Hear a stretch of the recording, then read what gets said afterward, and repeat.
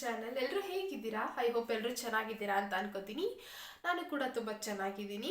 And ಇವತ್ತೊಂದು ಹೊಸ vlog ಜೊತೆ ಬಂದಿದ್ದೀನಿ. ಡೈಲಿ ವ್ಲಾಗ್ ಮಾಡೋಣ, ರ್ಯಾಂಡಮ್ ಆಗಿ ವ್ಲಾಗ್ ಮಾಡೋಣ ಅಂತ ಬಂದಿದ್ದೀನಿ.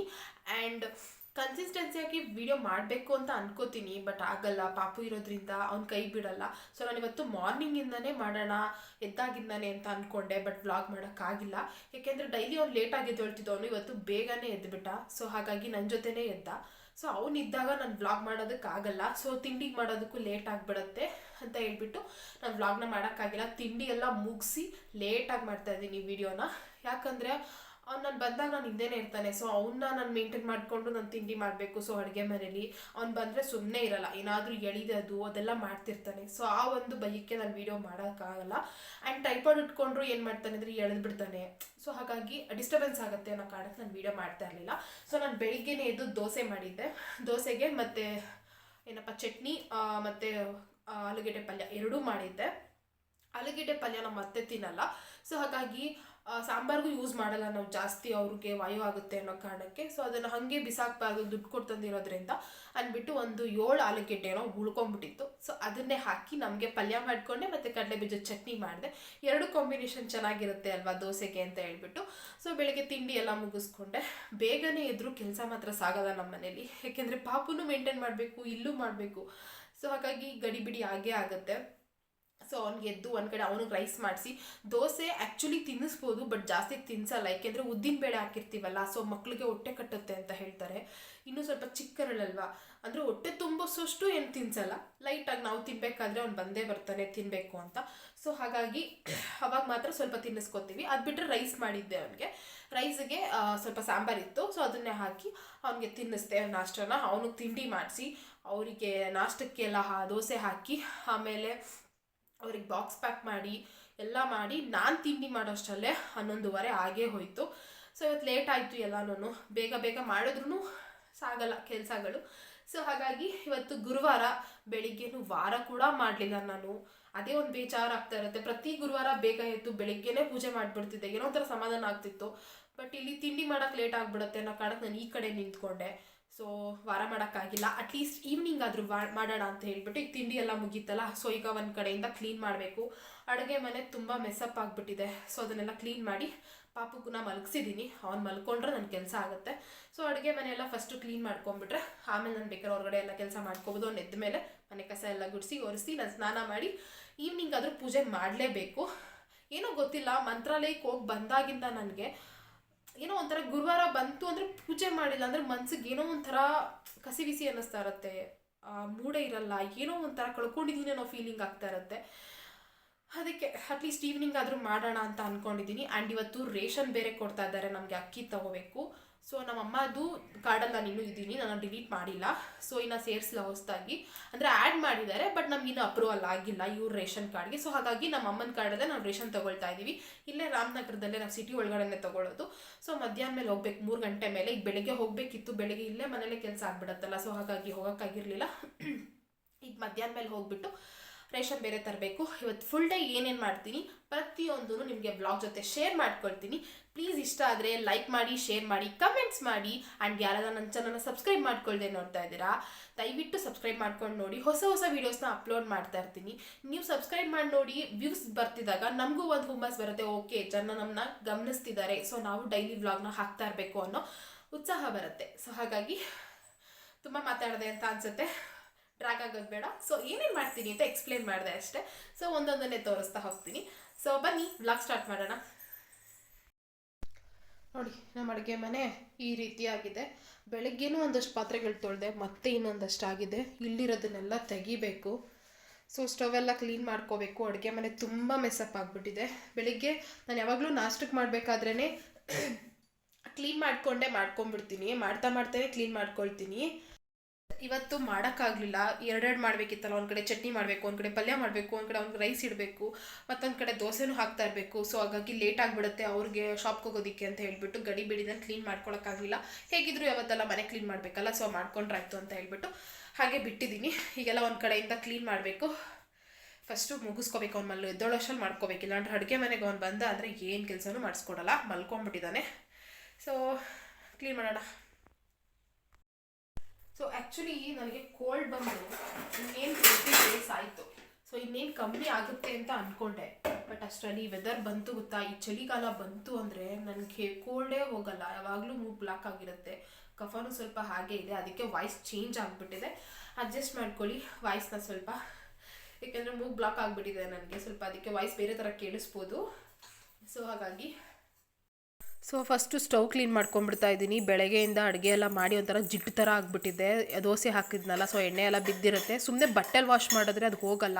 ಸೊ ಹಾಗಾಗಿ ಸೋಪಲ್ಲೆಲ್ಲ ಸ್ವಲ್ಪ ಬ್ರಷ್ ತೊಗೊಂಡೆಲ್ಲ ನಾರಲ್ಲೆಲ್ಲ ಚೆನ್ನಾಗಿ ಉಜ್ಜಿ ಅದನ್ನು ಕ್ಲೀನ್ ಮಾಡ್ಕೊಳ್ತಾ ಇದ್ದೆ. ಫಸ್ಟು ಎಲ್ಲ ಅದ್ರದ್ದು ಸ್ಟ್ಯಾಂಡು, ಸ್ಟವ್ದ ಒಲೆ ಅದೆಲ್ಲ ತೆಗೆದ್ಬಿಟ್ಟು ತೊಳೆಯೋಕ್ಕಾಗ್ತಾಯಿದ್ದೆ.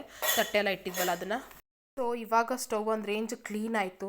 ಫಸ್ಟು ಸಜ್ಜಾ ಮೇಲೆಲ್ಲ ಕ್ಲೀನ್ ಮಾಡ್ಕೊಂಡ್ರೆ ಸಮಾಧಾನ. ಮೊದಲು ನೋಡೋಕ್ಕೆ ಆಗ್ತಾ ಇರಲಿಲ್ಲ. ಪಾತ್ರೆ ಎಲ್ಲ ಒಂದು ಲಾಟ್ ಗುಡ್ಡೆ ಹಾಕಿದ್ದೀನಿ, ಪಾತ್ರೆ ವಾಶ್ ಮಾಡ್ಕೊಳ್ಬೇಕು. ಸ್ಟವ್ ಎಲ್ಲ ಕ್ಲೀನ್ ಆಯ್ತು. ಇವಾಗ ಪಾತ್ರೆ ಎಲ್ಲ ವಾಶ್ ಆಯಿತು. ಸಿಂಕ್ ಕೂಡ ಎಲ್ಲ ಉಜ್ಜಿ ತೊಳೆದೆ ವಾಶ್ ಮಾಡ್ಕೊಂಡಿದ್ದೀನಿ. ಸೊ ಅಡುಗೆ ಮನೆ ಕಂಪ್ಲೀಟಾಗಿ ಕ್ಲೀನ್ ಆಯಿತು. ಮೇಲ್ಗಡೆ ಮಾತ್ರ, ಇನ್ನೂ ಕೆಳಗಡೆ ಕಸ ಎಲ್ಲ ಗುಡಿಸಿ ಮನೆ ಒರೆಸಿಲ್ಲ. ಸೊ ಇನ್ನು ಮಲಗಿದ್ದಾನೆ, ಮಲಗಿರ್ಬೇಕಾದ್ರೆ ಕಸ ಗುಡಿಸ್ಬಾರ್ದು.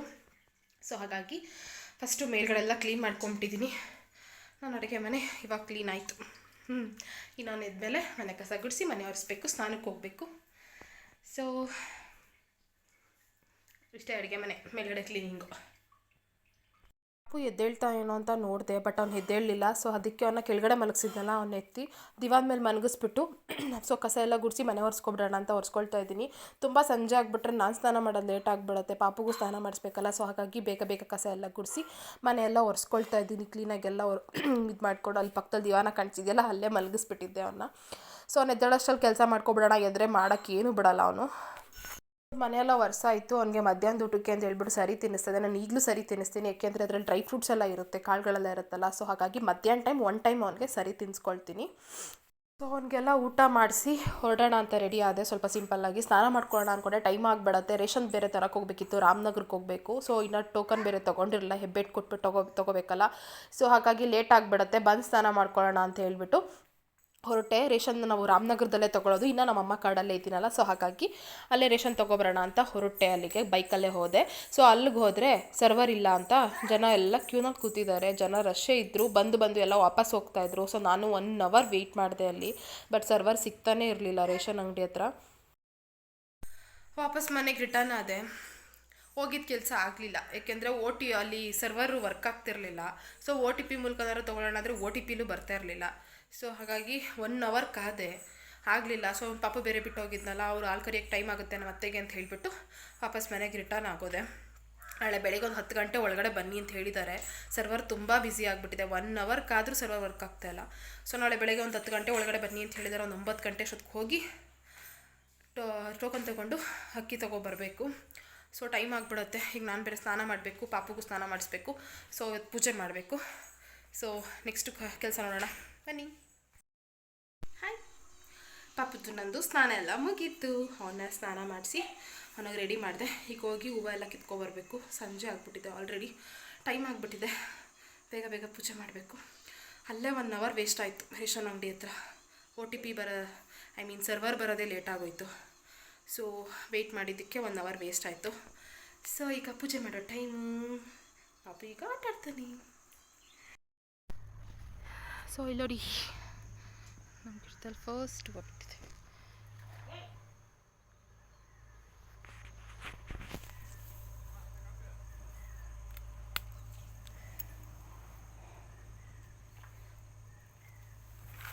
ಸೊ ಹಾಗೆ ತುಳಸಿ ಹೂವನ್ನು ಕಿತ್ಕೋಬೇಕು. ಸೊ ಇವಾಗ ರಾಗಿ ತೇನೆ ಎತ್ತುತ್ತಾ ಇದ್ದಾರೆ ನಮ್ಮ ಮನೇಲಿ. ಸೊ ಎಲ್ಲ ಎತ್ಕೊಬಂದು ಸ್ವಲ್ಪ ಬಿಸಿಲಿಗೆ ಹಾಕ್ತಾ ಇದ್ದಾರೆ. ಮಿಷಿನ್ಗೆ ಹಾಕ್ಬೇಕು ಇದನ್ನು. ಸೊ ಚೆನ್ನಾಗಿ ಒಣಗಿಸ್ಬೇಕು ಬಿಸಿಲಲ್ಲಿ. ನೋಡಿದ್ರೆ ಬಿಸಿಲು ಒಂದು ಟೈಮ್ ಬರುತ್ತೆ, ಒಂದು ಟೈಮ್ ಬರಲ್ಲ. ಸೊ ಹಾಗಾಗಿ ಮನೆ ಮುಂದೆನೇ ಒಂದು ಟಾರ್ಪಲ್ ಹಾಕಿದ್ದಾರೆ.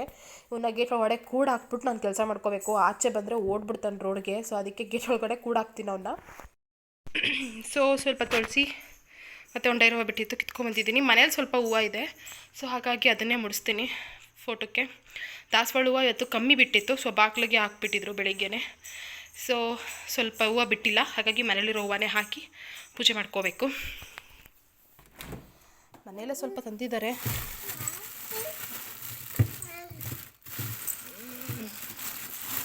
ಬಾಯಿ ಕಡೆ ಬಾಯಿ ಕಡೆ ಫ್ರಿಜ್ ಬಾಗಿಲು ತೆಗಿಯಂಗಿಲ್ಲ, ಫ್ರಿಜ್ ಹತ್ರ ಹೋಗ್ಬಿಡ್ತಾನೆ. ಸೊ ಇಷ್ಟಿದೆ ಹೂವು, ಇದನ್ನೇ ಹಾಕಿ ಪೂಜೆ ಮಾಡೋಣ. ನಾನು ಈ ಥರ ಸಿಂಪಲ್ಲಾಗಿ ರೆಡಿಯಾಗಿ ಬಂದೆ ಪೂಜೆ ಮಾಡ್ಕೊಳ್ಳೋದಕ್ಕೆ.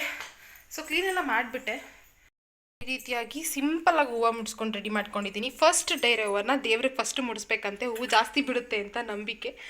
ಹಾಗಂತಲ್ಲ, ಫಸ್ಟ್ ಹೂವು ಬಿಟ್ಟಾಗ ದೇವ್ರಿಗೆ ಮುಡಿಸ್ಬೇಕು ಅಂತ ಅಲ್ವಾ. ಸೊ ಅದಕ್ಕೆ ಫಸ್ಟ್ ದೇವರಿಗೆ ಹಾಕಿದ್ದೀನಿ. ಈಗ ಸಂಜೆ ಆಗಿದೆ, ಮುಡ್ಕೊಂಡ್ರು ಸುಮ್ಮನೆ ವೇಸ್ಟ್ ಆಗಿಬಿಡುತ್ತೆ. ಅದ್ರ ಬದಲು ದೇವ್ರಿಗಾರು ಸಲ್ಲಿಸಿದ್ರೆ ಅಟ್ಲೀಸ್ಟ್ ನಾವು ಮಾಡಿದ ಪೂಜೆ ಸಾರ್ಥಕ ಆಗುತ್ತೆ.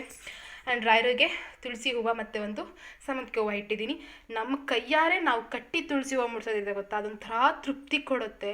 ಹೊರಗಡೆಯಿಂದ ತಂದು ಯಾರೋ ಕಟ್ಟಿದ್ದನ್ನ ಮುಡಿಸೋದಕ್ಕಿಂತ ಚಿಕ್ಕದ ವಿಗ್ರಹ ಅಲ್ಲ. ಸೊ ಹಾಗಾಗಿ ಚಿಕ್ಕದಾಗೆ ಮನೆ ಮುಂದೆ ತುಳಸಿ ಗಿಡ ಇರುತ್ತೆ. ಸೊ ಕಿತ್ಕೊಂಡ್ಬಂದು ಆರಾಮಾಗಿ ಕಟ್ಟಿಸಿ ನೆಮ್ಮದಿಯಾಗಿ ಪೂಜೆ ಮಾಡ್ಕೋಬೋದು. ನಮ್ಮ ಕೈಯಾರೆ ಕಟ್ಟಿ ನಾವು ಮುಡಿಸ್ತೀವಲ್ಲ, ಅದೇ ಒಂದು ಭಾಗ್ಯ.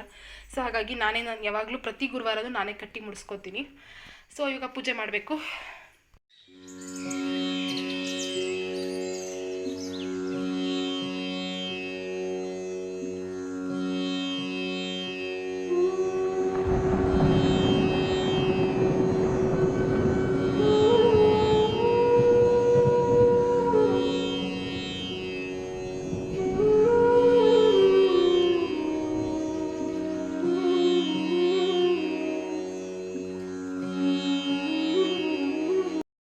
ಸೊ ಪೂಜೆ ಎಲ್ಲ ಮುಗೀತು. ಸೊ ಇವಾಗ ಕಾಫಿ ಕುಡಿಯೋ ಟೈಮ್ ಆಯಿತು. ಸೊ ಕಾಫಿ ಮಾಡಿಬಿಡೋಣ ಅಂತ ಹಾಲಿಟ್ಟಿದ್ದೀನಿ. ಕಾಫಿ ಕುಡಿಬೇಕು ಫಸ್ಟು.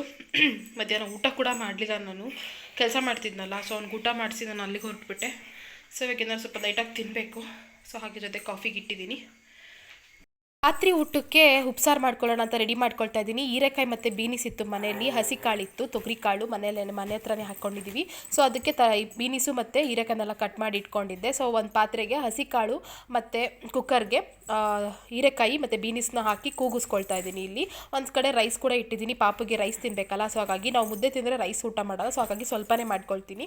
ಸೊ ಅವ್ನು ಅಡುಗೆ ಮನೆಗೆ ಬಂದು ಕುತ್ಕೊಂಡ್ಬಿಟ್ಟಿದ್ದಾನೆ, ಏನು ಕೆಲಸ ಮಾಡೋಕ್ಕೂ ಬಿಡಲ್ಲ, ಬಂದಂಗೆ ಕುತ್ಕೊಂಡ್ಬಿಡ್ತಾನೆ. ಸೊ ಇಲ್ಲಿ ಕಾಳೆಲ್ಲ ಕೂಗಿಸ್ಕೊಂಡಾದ್ಮೇಲೆ ಪಲ್ಯಕ್ಕೆ ರೆಡಿ ಮಾಡ್ಕೊಳ್ತಾ ಇದ್ದೀನಿ. ಒಂದು ಪಾತ್ರೆಗೆ ಎಣ್ಣೆ ಹಾಕ್ಕೊಂಡು ಒಗ್ಗರಣೆಗೆ ರೆಡಿ ಮಾಡ್ಕೊಳ್ತಾ ಇದ್ದೀನಿ. ಬೇಯಿಸಿಟ್ಕೊಂಡಿದ್ದೀನಿ ಕಾಳುಗಳನ್ನ. ಅದಕ್ಕೆ ಈರುಳ್ಳಿ ಎಲ್ಲ ಕಟ್ ಮಾಡಿ ರೆಡಿ ಮಾಡಿ ಇಟ್ಕೊಂಡಿದ್ದೀನಿ ಒಗ್ಗರಣೆಗೆ ಅಂತ ಹೇಳ್ಬಿಟ್ಟು. ಇದಕ್ಕೆ ಸಾಸಿವೆ ಮತ್ತು ಈರುಳ್ಳಿನ ಹಾಕಿ ಚೆನ್ನಾಗಿ ಬಾಡಿಸ್ಕೊಂಡು ಜೊತೆಗೆ ಬೇಯಿಸ್ಕೊಂಡಿರೋ ಕಾಳುಗಳನ್ನ ಹಾಕ್ಕೊಂಡು ರುಚಿಗೆ ಎಷ್ಟು ಬೇಕೋ ಅಷ್ಟು ಖಾರನ ಸೇರಿಸ್ಕೊಂಡು ಇಲ್ಲಿ ಪಲ್ಯನ ರೆಡಿ ಮಾಡಿಕೊಂಡೆ. ಊಟ ಎಲ್ಲ ಮುಗಿಸ್ಕೊಂಡೆ. ಪಾಪುನು ಕೂಡ ಅಲ್ಲೇ ಮಲ್ಕೋತಾ ಇದ್ದ. ನಾನು TV ನೋಡ್ತಾ ಇದ್ದೆ, ಬಿಗ್ ಬಾಸ್ ನೋಡ್ತಾ ಇದ್ದೆ. ಸೊ ಹಾಗೆ ಒಂದು ಸೋಫಾ ಮೇಲೆ ಹಂಗೆ ಮಲ್ಕೊಂಡಿದ್ದ. ಇಲ್ಲಿಗೆ ವ್ಲಾಗ್ ಕೂಡ ಎಂಡ್ ಮಾಡ್ತಾ ಇದ್ದೀನಿ. ಇದು ನನ್ನ ಡೈಲಿ ವ್ಲಾಗ್ ಆಗಿರುತ್ತೆ. ಇಷ್ಟ ಆಗಿದ್ರೆ ಪ್ಲೀಸ್ ಲೈಕ್, ಶೇರ್, ಕಮೆಂಟ್ ಮಾಡಿ ಆ್ಯಂಡ್ ಸಬ್ಸ್ಕ್ರೈಬ್ ಮಾಡ್ಕೊಂಡು ನೋಡಿ ಅಂತ ಹೇಳ್ತಾ ಇಲ್ಲಿಗೆ ನಾನು ವ್ಲಾಗ್ನ ಎಂಡ್ ಮಾಡ್ತಾ ಇದ್ದೀನಿ. Thanks for watching.